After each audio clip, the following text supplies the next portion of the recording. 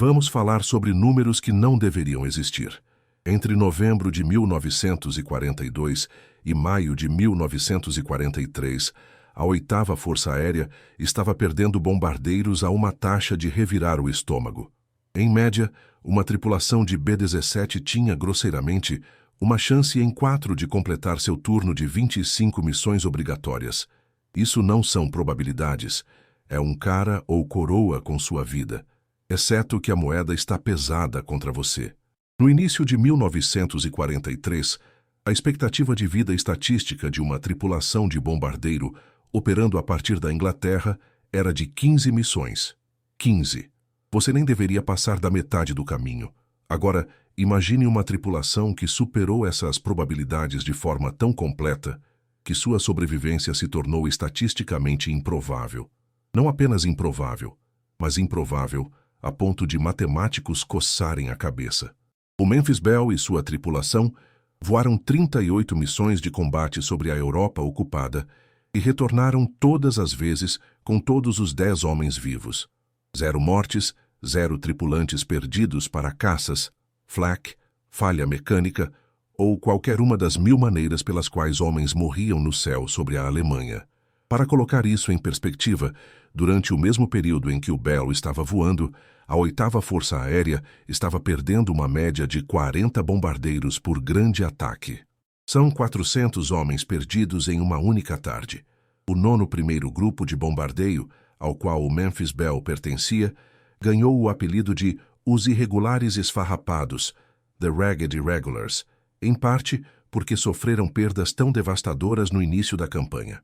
Em apenas uma missão a Saint-Nazaire, em novembro de 1942, o 9º perdeu 4 de 12 aeronaves, 37 homens mortos ou capturados em um dia. No entanto, lá estava a tripulação do capitão Robert Morgan, missão após missão voltando com seu bombardeiro crivado de buracos, mas todos a bordo respirando. Os próprios estatísticos do Pentágono não conseguiam entender bem. Quando consideravam a densidade de flak sobre alvos como Wilhelmshaven ou as concentrações de caças protegendo o Vale do Ruhr, a taxa de sobrevivência do Memphis Belle desafiava os modelos matemáticos que eles haviam construído. Aqui está o que torna isso ainda mais notável. O Belle não estava voando em missões fáceis. Esta não era uma tripulação tendo sorte com tarefas tranquilas para alvos levemente defendidos na França ocupada. A tripulação de Morgan atingiu abrigos de submarinos em Saint-Nazaire, fábricas de aeronaves em Bremen e fábricas de rolamentos de esferas em Schweinfurt. Estas eram as missões onde a Luftwaffe jogava tudo o que tinha contra as formações americanas. Estamos falando de ataques de pilotos de caça alemães experientes, voando FW-190s e Bf-1009s que sabiam exatamente onde estavam os pontos cegos de um B-17 e exatamente o quanto de castigo o bombardeiro podia aguentar antes de se desintegrar. A física de sobreviver em um B-17 sobre a Alemanha, em 1943, trabalhava contra você de todas as maneiras possíveis. Você está voando a 25.000 pés em um tubo fino de alumínio, com 2.500 galões de combustível de aviação de alta octanagem e várias toneladas de altos explosivos. A temperatura externa é de 40 graus abaixo de zero. Granadas de flak alemãs de 88 milímetros estão explodindo ao seu redor, cada uma lançando estilhaços em um raio de 75 pés. Um único fragmento de metal do tamanho do seu polegar pode perfurar a pele de alumínio, cortar uma linha hidráulica, romper um tanque de combustível ou remover uma superfície de controle. E você está voando em formação apertada, embalado tão perto de outros bombardeiros que um B-17 explodindo poderia levar 2 ou 3 outros com ele. No entanto, Morgan trouxe sua tripulação através disso 38 vezes. A cada missão, ele taxiava aquele bombardeiro de volta a Bassingbourn, desligava aqueles 4 motores Wright Cyclone e todos os 10 tripulantes desciam e se afastavam a pé. As equipes de terra começaram a tratar o Belle como se fosse abençoado. Tripulações de outros bombardeiros o tocavam em busca de sorte antes de suas próprias missões. O avião se tornou um símbolo antes mesmo de o Departamento de Guerra se envolver, antes de Hollywood aparecer, antes dos tours de Bond. Ele era a prova de que você poderia sobreviver a esse moedor de carne, que as probabilidades não eram absolutas, que a habilidade e talvez um pouco de sorte poderiam vencer as estatísticas que diziam que você já estava morto. Robert Morgan não deveria ser o cara que faria a história. Ele nasceu em Asheville, Carolina do Norte, em 1918, o que significava que ele tinha apenas 23 anos, quando começou a voar missões de combate sobre a Europa. Seu pai administrava um pequeno negócio, nada glamouroso, e Morgan cresceu durante a Depressão como todos os outros de sua geração. O que o diferenciava era uma obsessão por voar que começou quando ele tinha 14 anos. Ele ia de bicicleta até o campo de aviação local e ficava por ali até que alguém tivesse pena dele e o deixasse sentar em um cockpit. Aos 16, ele havia juntado dinheiro suficiente lavando carros e fazendo bicos para pagar aulas de voo. Ele voou solo antes de ter uma carteira de motorista. Quando Morgan se alistou no Corpo Aéreo do Exército em 1940, ele já tinha mais horas de voo do que alguns de seus instrutores. Os militares não sabiam bem o que fazer com pilotos que apareciam já sabendo voar. A maior parte do processo de treinamento foi projetada para pegar rapazes que nunca haviam tocado em um manche de controle e transformá-los em pilotos minimamente competentes em alguns meses. Morgan passou pelo treinamento primário, treinamento avançado e treinamento de transição para aeronaves multimotoras, como se estivesse executando uma checklist. Quando ele recebeu suas asas no início de 1942, o Corpo Aéreo estava desesperadamente carente de pilotos experientes para os novos esquadrões de B-17 que estavam se formando para serem destacados para a Inglaterra. É aqui que o estilo de liderança de Morgan começou a se formar, e não era o que o exército queria. Os militares o treinam para liderar pelo livro, comandos claros, hierarquia rígida. Todos sabem seu lugar e seguem ordens sem questionar. Morgan olhou para sua tripulação e viu algo diferente. A maioria deles eram crianças. Seu bombardeador, Vince Evans, tinha 21 anos. Seu navegador, Chuck Layton, tinha 22. Os atiradores laterais eram adolescentes.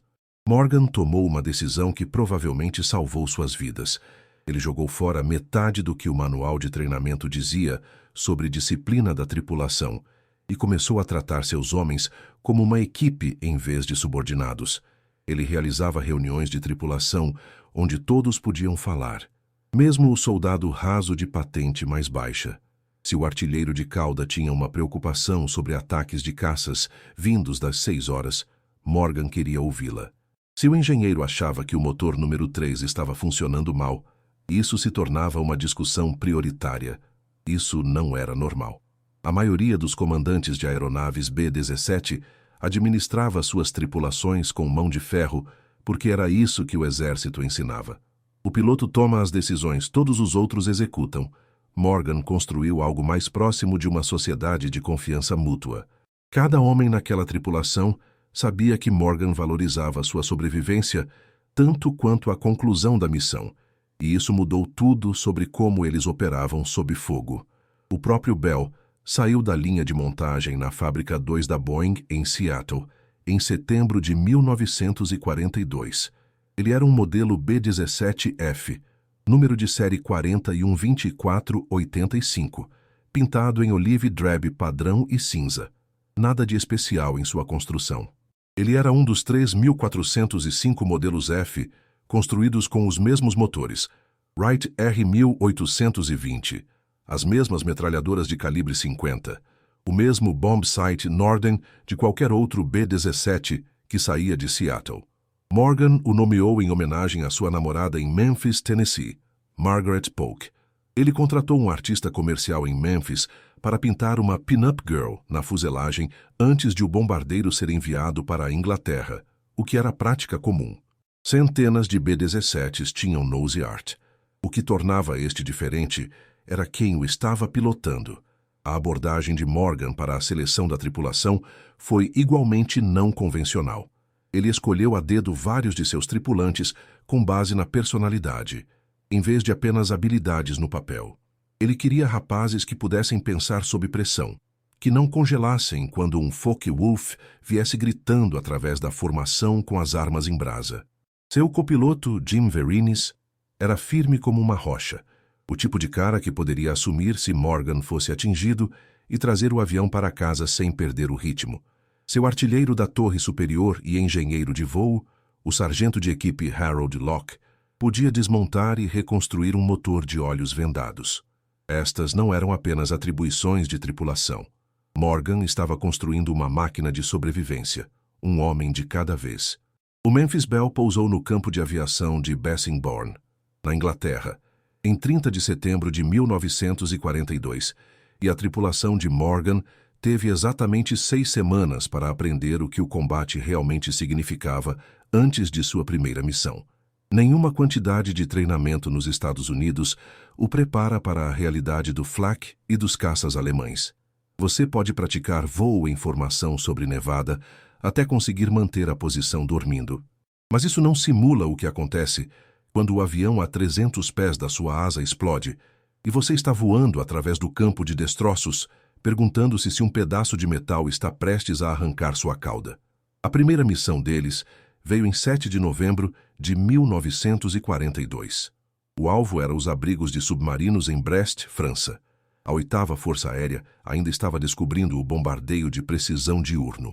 Ainda aprendendo que as teorias desenvolvidas de volta no Alabama não sobreviviam ao contato com a Luftwaffe. A tripulação de Morgan se juntou a uma formação de 31 B-17s, e no momento em que cruzaram a costa francesa, o flak começou. Borrões pretos de explosões de 88 milímetros aparecendo ao redor da formação, como se alguém estivesse jogando punhados de tinta no céu.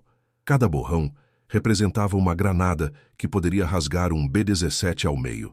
O som dentro da aeronave era ensurdecedor. Motores rugindo, armas disparando, vento gritando através de qualquer lacuna na pele de alumínio e a concussão de rajadas de flak próximas atingindo a fuselagem como se alguém estivesse balançando uma marreta contra o lado de fora. Morgan aprendeu algo crucial naquela primeira missão que definiria sua estratégia de sobrevivência pelas 37 seguintes. Quando os caças alemães atacavam, o instinto da maioria dos pilotos era quebrar a formação, manobrar, desviar. Morgan viu o que acontecia quando os bombardeiros deixavam a proteção da formação. Eles eram abatidos. Os pilotos da Luftwaffe estavam à caça de retardatários, aeronaves danificadas, qualquer um que não conseguisse acompanhar.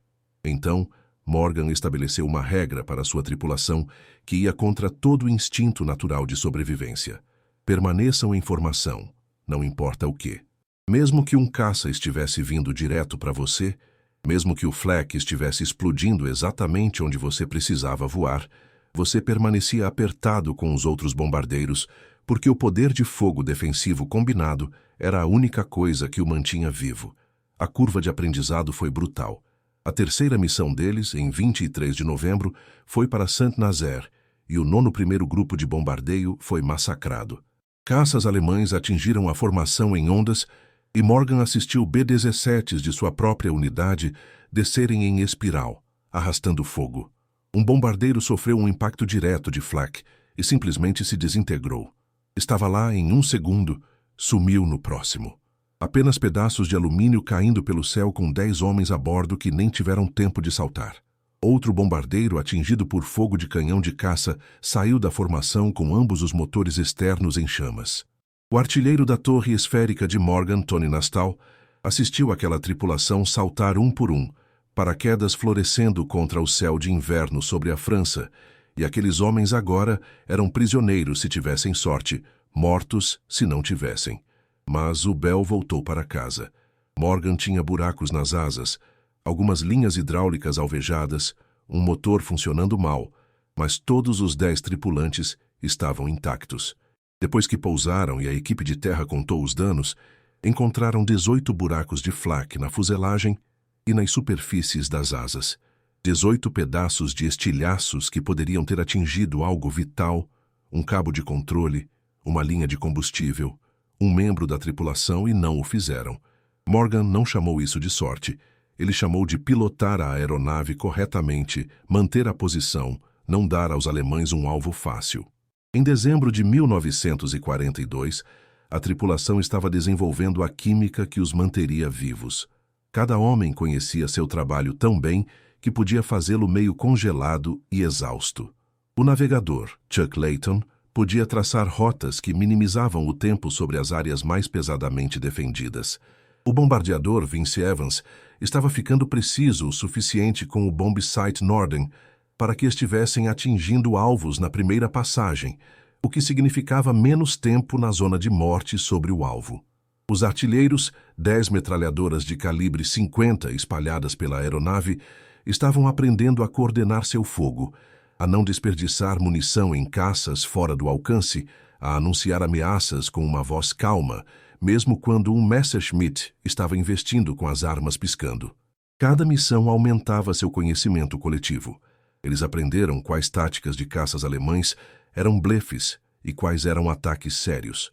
Eles aprenderam a ler os padrões de flak para saber quando o bombardeador estava prestes a dizer portas do porão de bombas abertas, para que pudessem se preparar para o aumento do arrasto e da vulnerabilidade.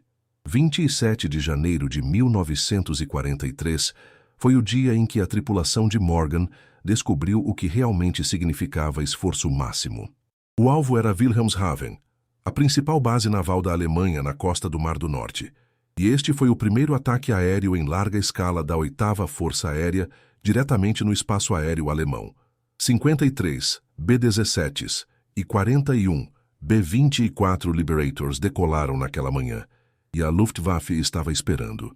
O radar alemão os rastreou a partir do momento em que cruzaram a costa, e os controladores de caças vetaram todos os Bf-1009 e FW-190 disponíveis para interceptar.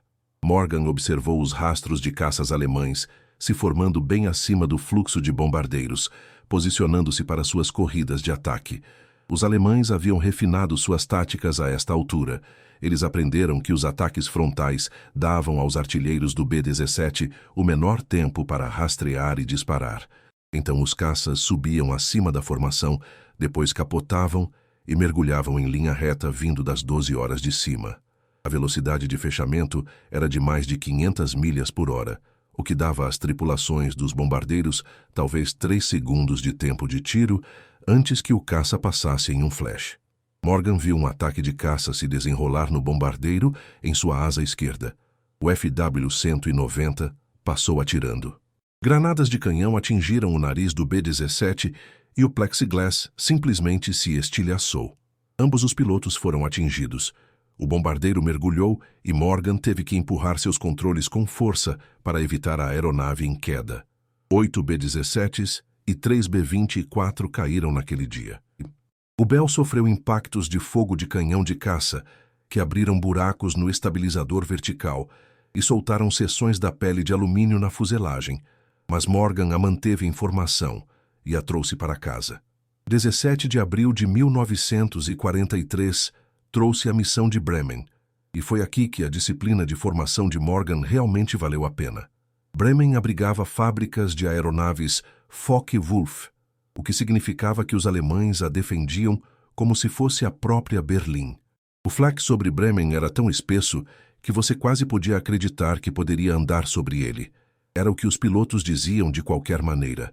O céu se transformou em uma nuvem negra de explosões e você tinha que voar direto através dela, porque era lá que estava o alvo. Nenhuma ação evasiva, nenhuma manobra, apenas voo reto e nivelado na corrida de bombardeio, enquanto granadas de 88 milímetros explodiam ao seu redor, cada uma capaz de arrancar sua asa ou detonar sua carga de bombas. A tripulação de Morgan contou 97 buracos de flak após a missão de Bremen. 97. O Bell parecia ter passado por um triturador. Havia buracos nas asas, buracos na fuselagem, buracos na seção da cauda. Um fragmento havia passado pelo compartimento de rádio, exatamente onde o operador de rádio estivera parado 5 segundos antes. Ele havia se movido para ajudar os artilheiros laterais com uma arma emperrada. Outro fragmento havia cortado 3 linhas hidráulicas diferentes, o que significava que Morgan teve que pousar usando sistemas de emergência.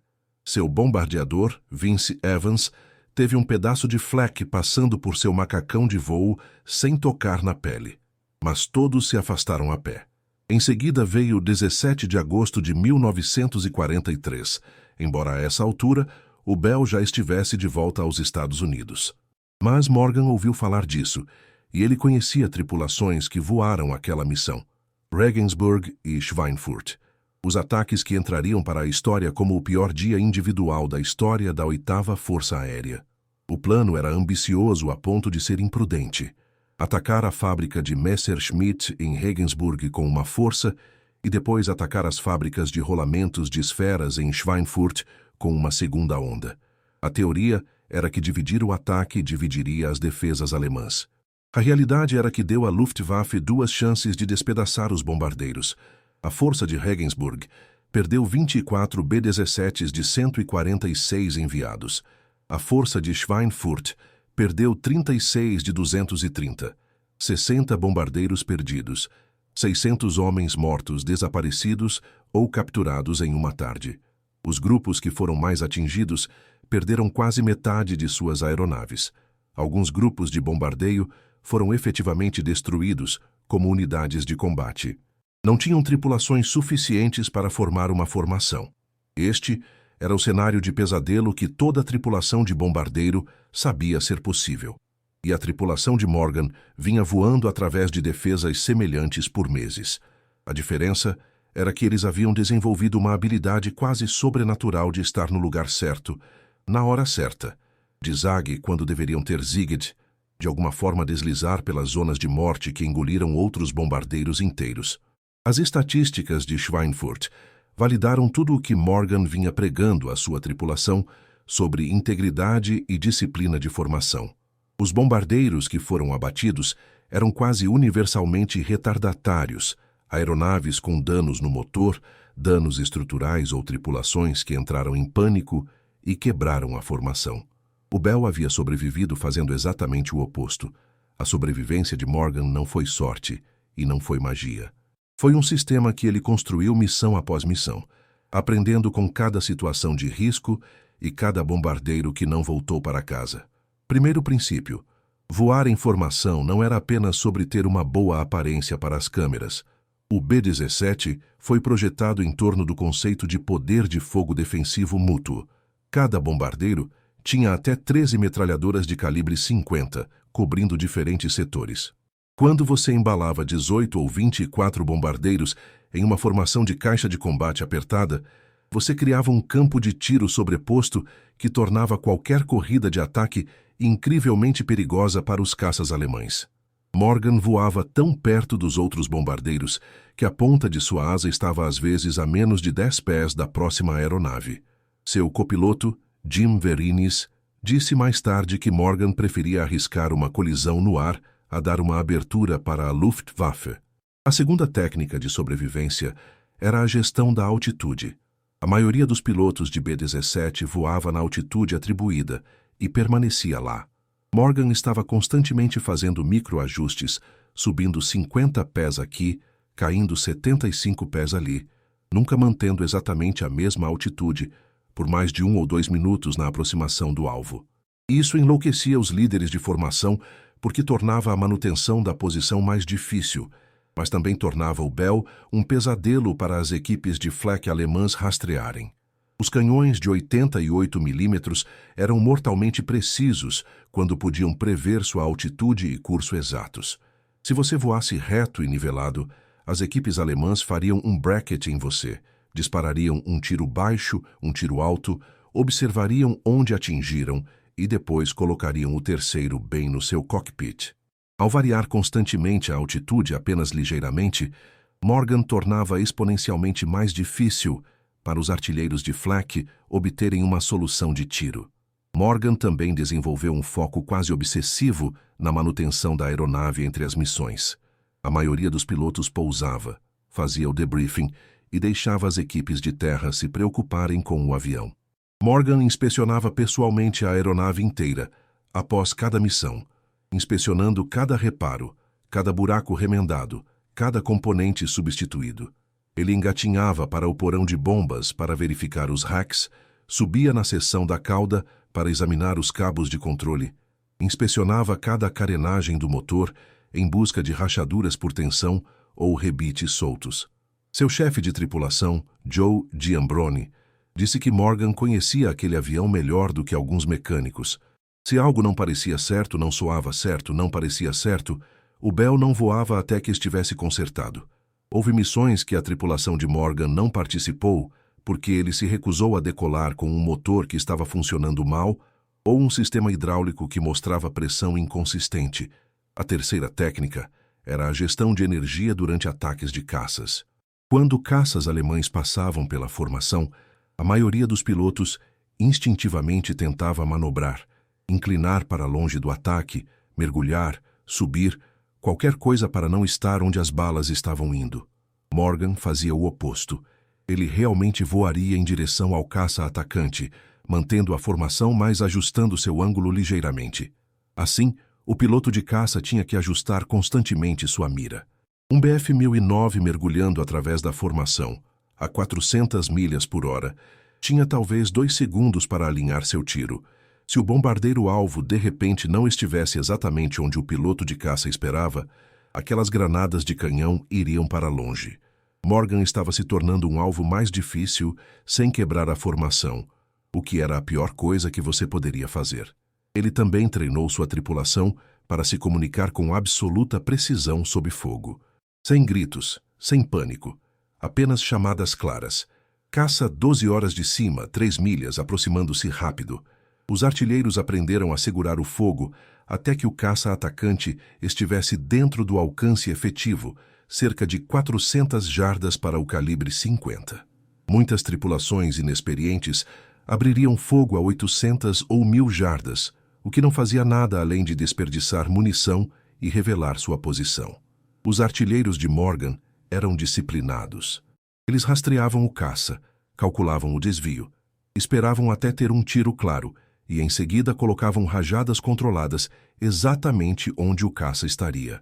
Seu artilheiro da torre superior, Harold Locke, foi creditado com o abate de 3 caças alemães ao longo de seu tour, o que era excepcional para um artilheiro de B-17. A tripulação de Morgan também desenvolveu sinais manuais para situações comuns, porque o intercom era frequentemente não confiável ou sobrecarregado, com várias pessoas tentando falar ao mesmo tempo. Um padrão específico de batidas no ombro do copiloto significava: estou fazendo um ajuste na formação. Esteja pronto para assumir se eu for atingido. O engenheiro de voo tinha sinais para diferentes problemas no motor. O navegador podia sinalizar correções de curso sem ocupar o intercom. Isso significava que informações críticas fluíam mesmo quando o sistema de comunicação estava parcialmente alvejado ou sofrendo de problemas elétricos, o que acontecia regularmente. Talvez o mais importante, Morgan fomentou uma cultura onde cada membro da tripulação se sentia responsável pela sobrevivência de todos os outros. O artilheiro da torre esférica não estava apenas defendendo a barriga da aeronave. Ele estava observando bombardeiros danificados abaixo deles que poderiam subir para a formação deles. No final de abril de 1943, a tripulação de Morgan havia voado 24 missões, e o peso de estar perto da conclusão estava se tornando uma tortura psicológica. A Força Aérea do Exército havia estabelecido o número mágico em 25 missões. Complete 25 e você poderia ir para casa. Você havia sobrevivido. O problema era que as tripulações que chegavam a 20 ou 21 missões começavam a voar de forma diferente. Elas ficavam cautelosas, começavam a pensar mais na sobrevivência do que na missão. E era aí que os erros aconteciam. Morgan via isso em outras tripulações. Caras que tinham passado por 18 ou 20 missões e depois eram abatidos na número 23 porque hesitaram no momento errado ou quebraram a formação quando deveriam ter mantido a posição. A tripulação do Bell atingiu sua 25ª missão em 17 de maio de 1943, visando os abrigos de submarinos em Lorient, França. Isso deveria ter sido o fim, a conclusão, a linha de chegada, o momento em que podiam expirar. Mas houve confusão sobre se uma de suas missões anteriores contava para o total. Algumas missões eram canceladas após a decolagem devido ao clima, e havia debate sobre se essas contavam. Os registros do 91º Grupo de Bombardeio mostravam o Bell com 24 missões concluídas, não 25. Morgan e sua tripulação enfrentaram uma escolha que teria quebrado homens de menor valor: contestar a contagem e potencialmente ir para casa, ou voar missões adicionais para eliminar qualquer dúvida. Eles voaram novamente em 19 de maio, atingindo Kiel, na costa báltica da Alemanha. Missão número 26 pela maioria das contagens, e o flak sobre Kiel foi tão ruim quanto qualquer coisa que eles tinham experimentado. Os alemães haviam movido baterias adicionais de 88 mm para a área especificamente para defender as instalações de construção de U-Boat. O Bell sofreu impactos no motor número 2, que começou a funcionar mal e a perder pressão de óleo. Morgan embandeirou a hélice e voou o resto da missão com 3 motores, o que significava potência reduzida, altitude reduzida e vulnerabilidade aumentada. Mas eles voltaram para casa. Seguiram-se mais 2 missões: Wilhelmshaven novamente em 11 de junho e Bremen em 13 de junho. Cada vez que subiam, as probabilidades se acumulavam contra eles. Cada missão era outro lançamento de dados em um jogo onde a casa sempre vence no final. A missão final veio em 19 de junho de 1943. Embora diferentes fontes a listem como a 37ª ou 38ª missão, dependendo de como você conta os voos cancelados, o alvo era Wilhelmshaven, novamente. A essa altura, a tripulação de Morgan havia bombardeado aquela base naval 4 vezes. Os defensores alemães conheciam as táticas americanas, conheciam as rotas de aproximação, conheciam as altitudes que os B-17s voariam. Deveria ter sido um campo de tiro. A Luftwaffe colocou 70 caças no ar, e o flak era tão denso que os pilotos de bombardeiros relataram que você não conseguia ver através dele, apenas nuvens negras sólidas de explosões pelas quais as formações tinham que voar às cegas. Morgan levou o Bell para aquele inferno uma última vez com o conhecimento total de que era isso, o último lançamento absoluto de dados. Seu bombardeador, Vince Evans, teve que fazer 3 passagens sobre o alvo, porque a cobertura de nuvens obscureceu o ponto de mira nas 2 primeiras corridas. 3 passagens significavam 3 viagens separadas pela zona de flak, o triplo da exposição normal. Cada passagem levava aproximadamente 4 minutos de voo reto e nivelado, enquanto os artilheiros alemães ajustavam sua mira. Na 3ª passagem, Evans obteve uma imagem de mira clara, liberou as bombas e gritou: "Bombas fora! Bombs away!" no intercom.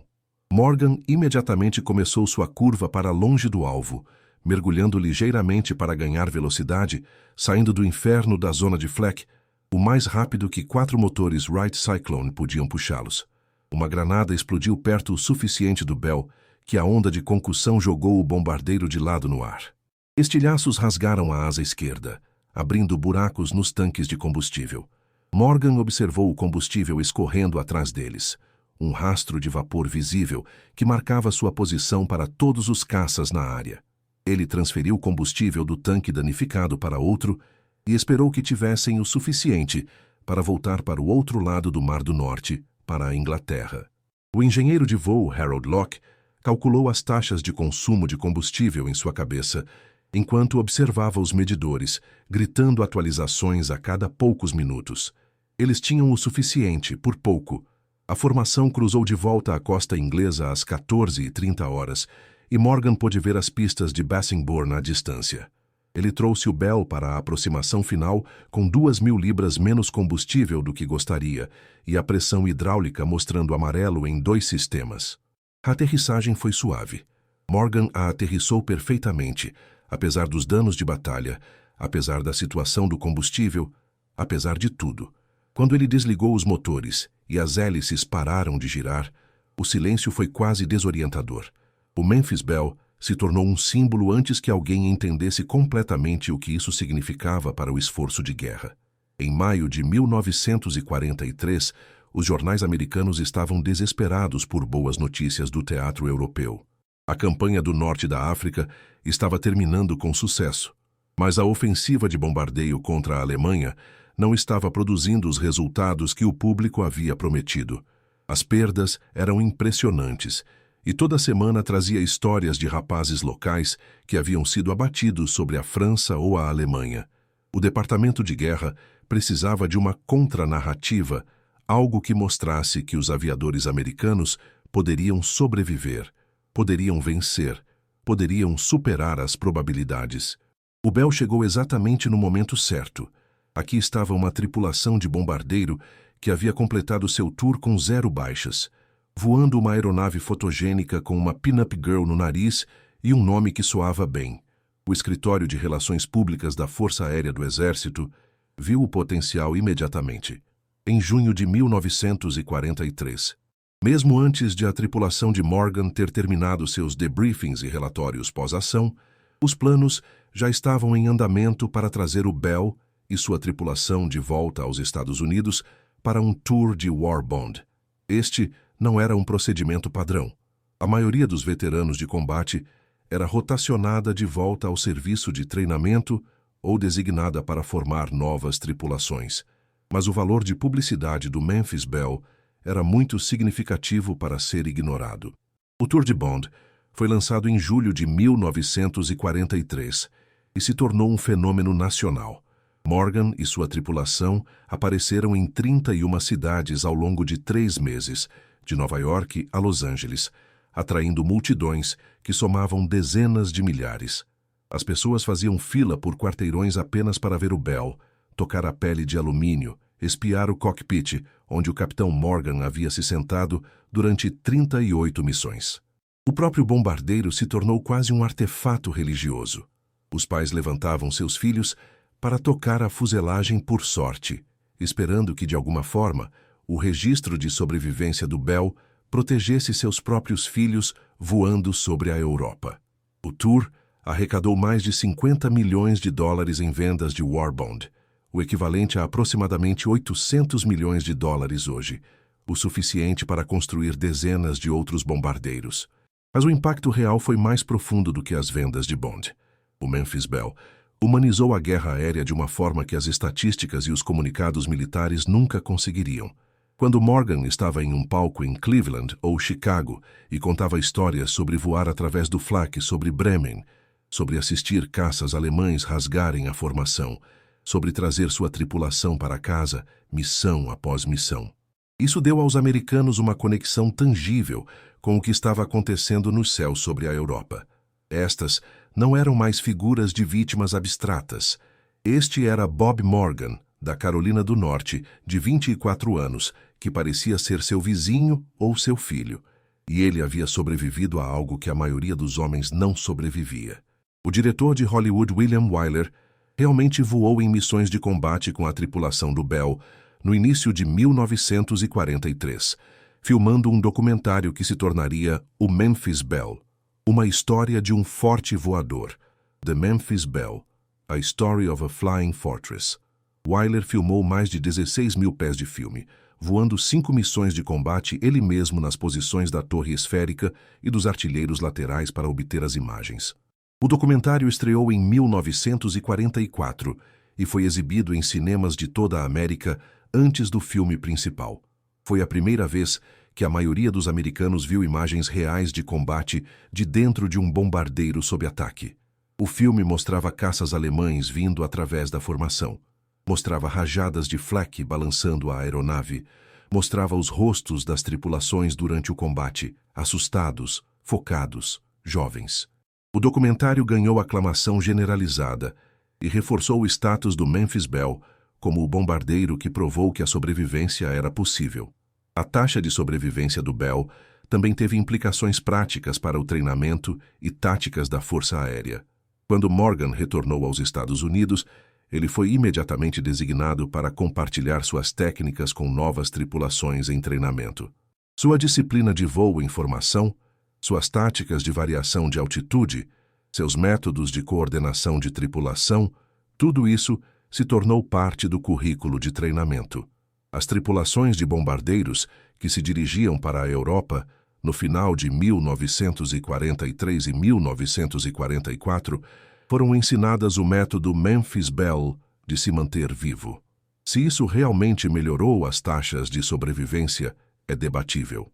A introdução de escoltas de caça de longo alcance, como o P-51 Mustang, no início de 1944, provavelmente salvou mais vidas do que qualquer inovação tática.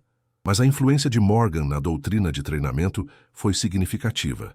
O Tour de Warbond e o documentário também serviram a um propósito mais sombrio que não foi discutido abertamente na época.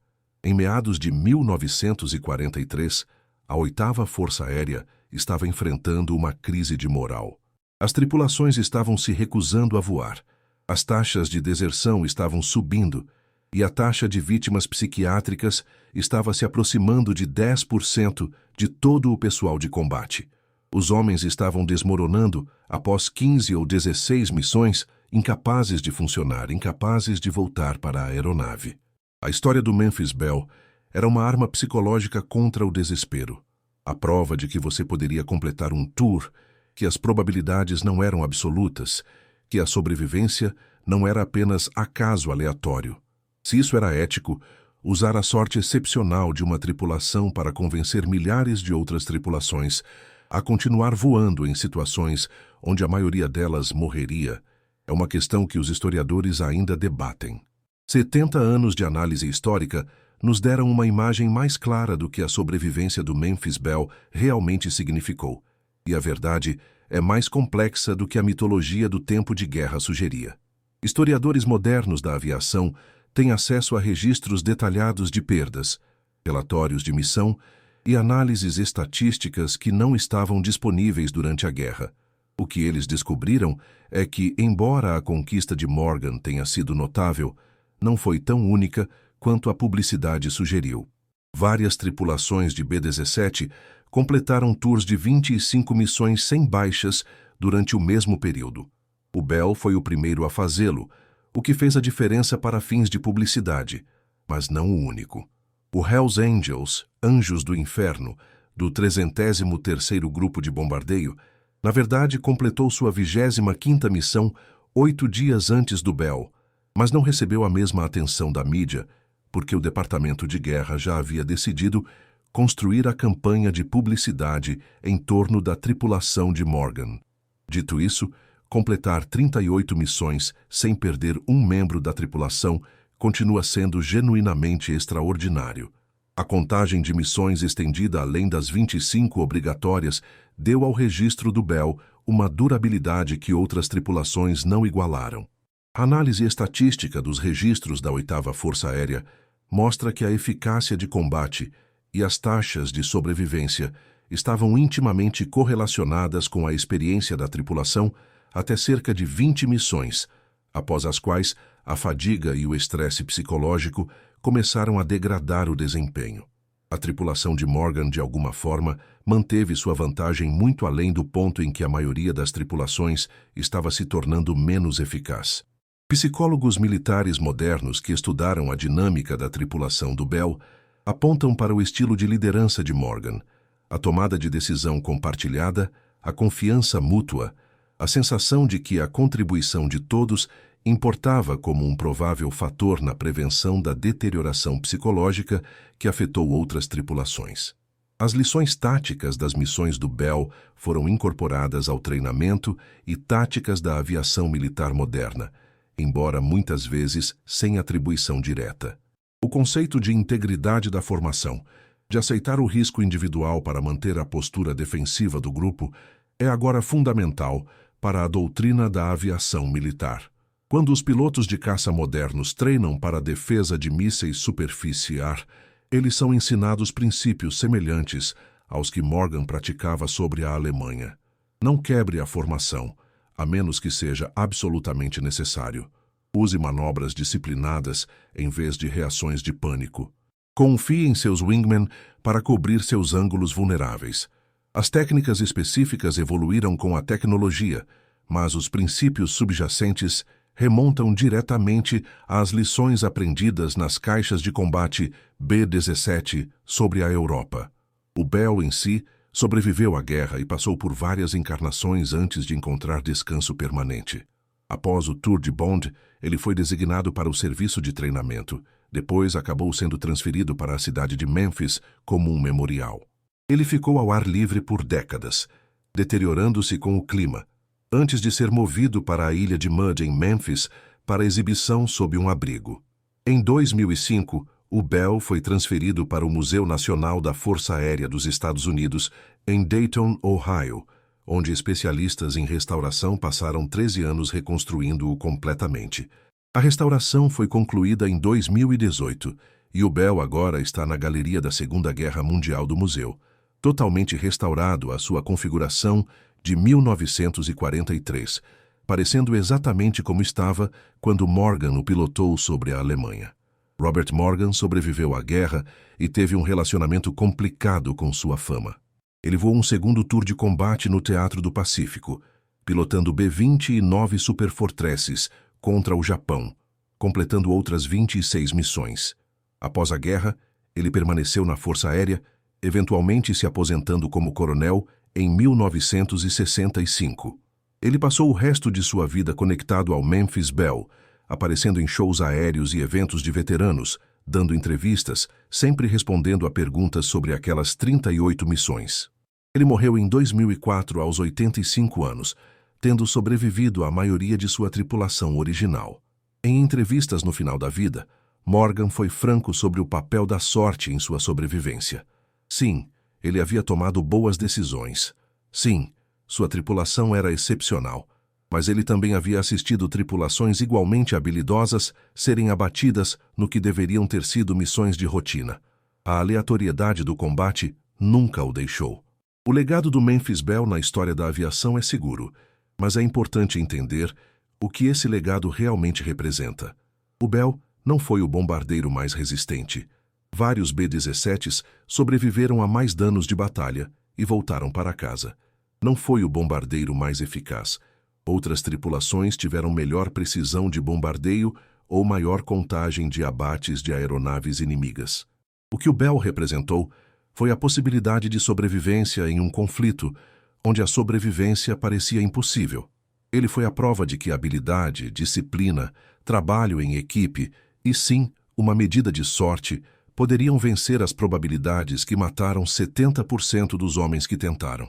Toda a tripulação de B-17 que voou após a conclusão do Tour do Bell carregou esse conhecimento consigo. Alguns deles voltaram para casa. A maioria não. Mas todos eles sabiam que era possível, porque Bob Morgan e sua tripulação o tinham feito 38 vezes.